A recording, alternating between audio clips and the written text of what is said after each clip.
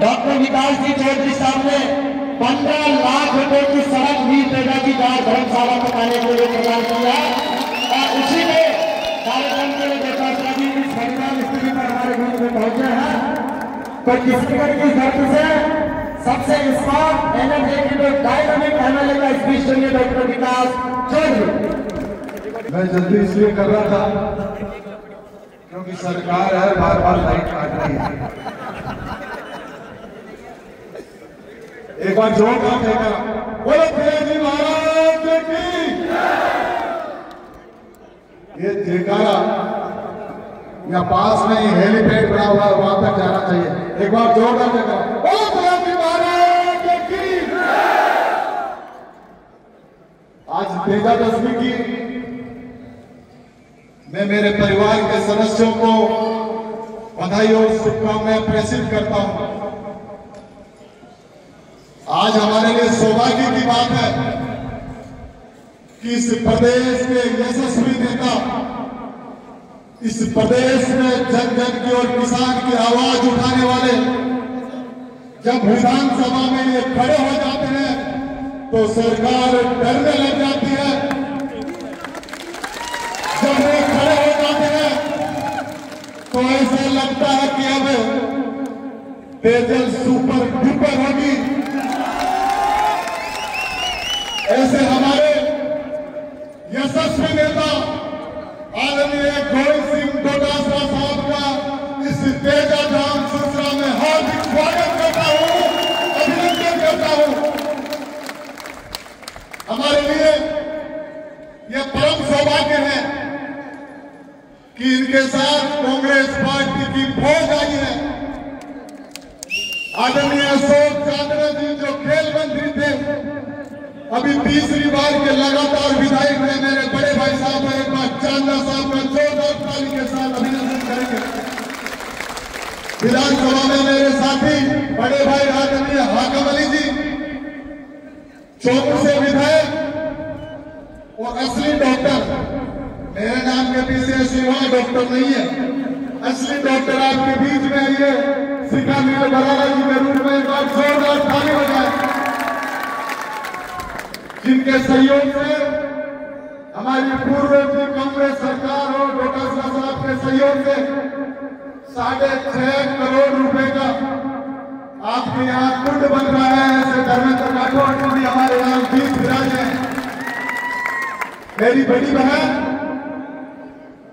आप सबकी नेता पूर्व मंत्री आदरणीय सम्मानीय नसीम अख्तर मैडम भी यहाँ विराजे हैं, उनका भी अभिनंदन है।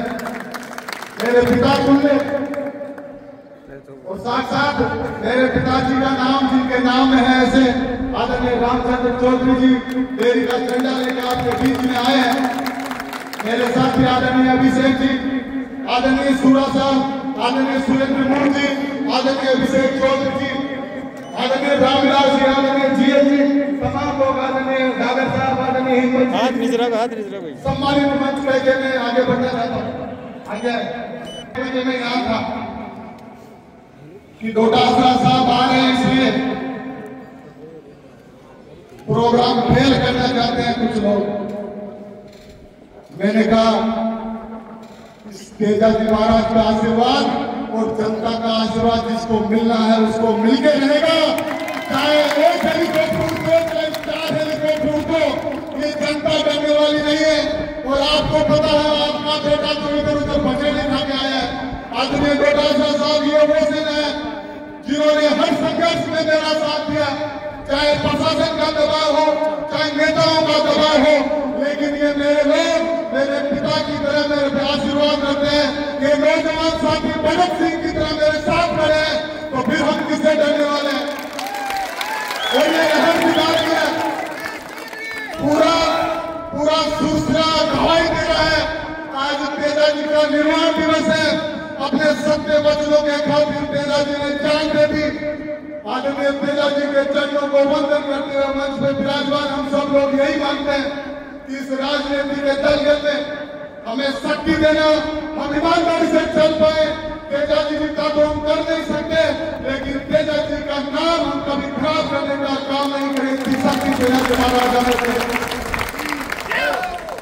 लगातार हमारे साथ षड्यंत्र होते हैं और हमारे बुजुर्गों ने सिखाया है कि षड्यंत्र के आगे डरना नहीं, घबराना नहीं। और ये अब काफिला रुकने वाला नहीं है।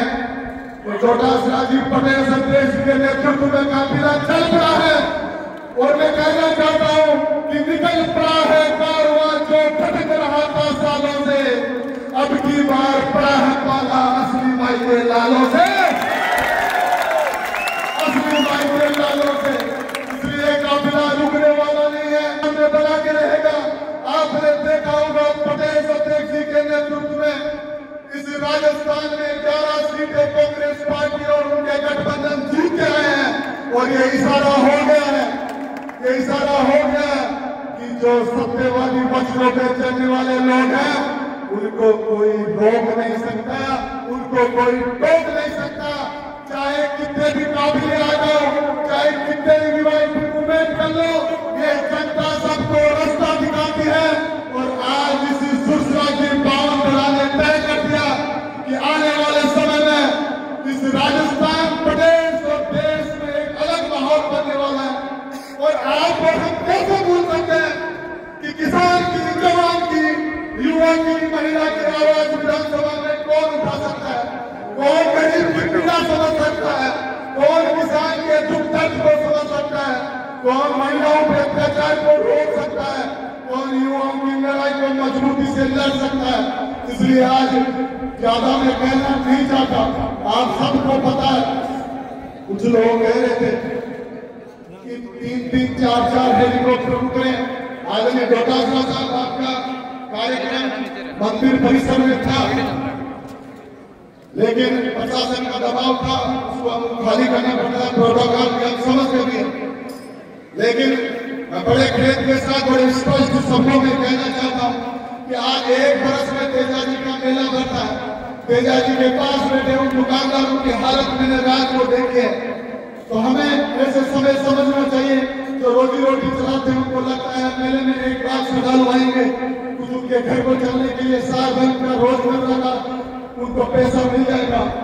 लेकिन तेजा जी महाराज सब जानते हैं, तेजा जी महाराज से कुछ छिपा हुआ नहीं है। हमारे बुजुर्गों ने कहा कि कलयुग में तेजा जी महाराज पूजे जाएंगे और आज हमारे डोटासरा साहब और उनकी टीम ने देख लिया कि तेजा जी से बड़ा लोक देवता तो सत्य वचनों के खातिर अपने प्राणों को दे सके ऐसा पैदा नहीं हुआ। इसलिए बार बार तेजा जी को प्रणाम करते हुए आदरणीय डोटासरा साहब, मैं आपकी दूसरी पार्टी में कुछ दिनों तक रहा था और आप भी जानते हो कि हमें अनुभव होना चाहिए। मैं भी लंका के दर्शन करके आया था, पर अब इनके आशीर्वाद से सही जगह आ गया हूं। मैंने जब उस पार्टी ने मेरा टिकट किया था, दूसरे दिन तेजा जी के दर्शन करके आया।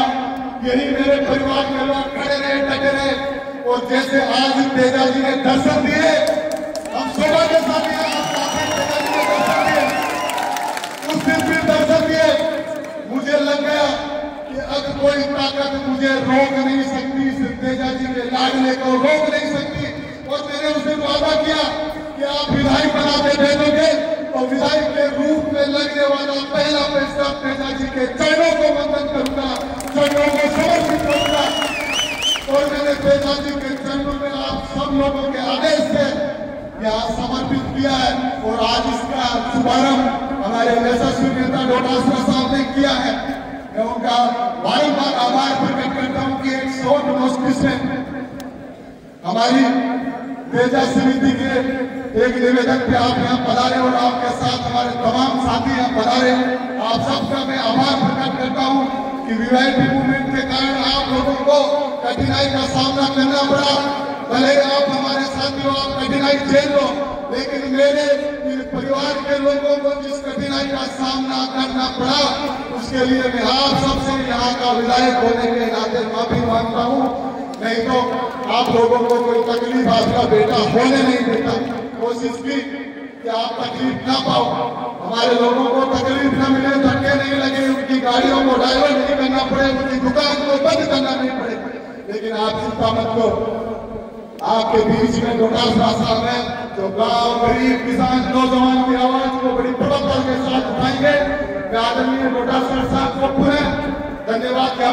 हुए तमाम लोग भाइयों का आभार प्रकट करते हुए मेरे परिवार के तमाम लोगों को जो हमेशा संकट के समय मेरे साथ खड़े रहते हैं, ये पगड़ी सदन की पगड़ी, बुजुर्गों की सफेद पगड़ी और इन नौजवानों की ये लबाबदार मुझे जो तेजी और भगत सिंह तरह की है, उन सबका आभार प्रकट करते हुए अपनी वाणी को विराम देता हूँ।